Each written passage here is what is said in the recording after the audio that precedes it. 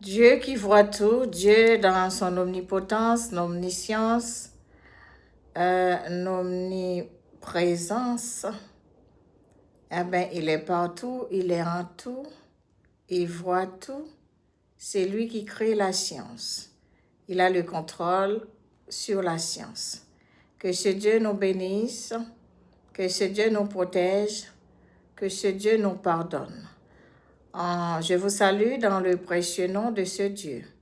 On va lire dans le livre de Nombre 14, verset 18 jusqu'au verset 20.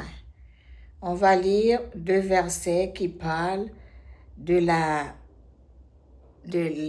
désobéissance du peuple d'Israël et que Dieu pardonne, Dieu qui pardonne, mais Dieu aussi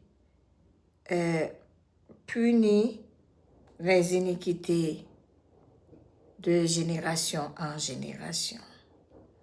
Dieu bénit, Dieu punit. C'est pour cela, nous servons Dieu. Il faut avoir l'esprit de discernement pour comprendre ce que nous faisons dans le temps et comment gérer le temps avec l'Éternel des armées, avec notre Sauveur Seigneur Jésus-Christ. On va lire Nombre 14, verset 18 jusqu'au verset 20. L'Éternel est lent à la colère et riche en bonté. Il pardonne l'iniquité et la rébellion, mais il ne tient point le coupable pour innocent. Et il punit l'iniquité des pères sur les enfants jusqu'à la 3e et la 4e génération.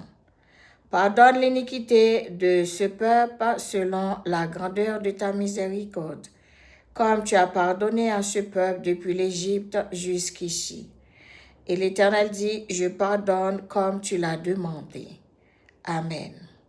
Quand on demande pardon, l'Éternel nous pardonne. Si on ne demande pas pardon, eh bien, les iniquités de nos pères tombent sur les générations jusqu'à 4e génération. C'est la malédiction. Le prix des iniquités, le prix de nos péchés, c'est la malédiction. Tandis que la bénédiction poursuit dans une 1000e de génération, la bénédiction de Dieu. C'est pour cela que nous devons demander à Dieu pardon, même pour les iniquités de nos pères, nos iniquités, nos péchés et les iniquités de nos pères. Que le Seigneur nous bénisse en lui demandant pardon.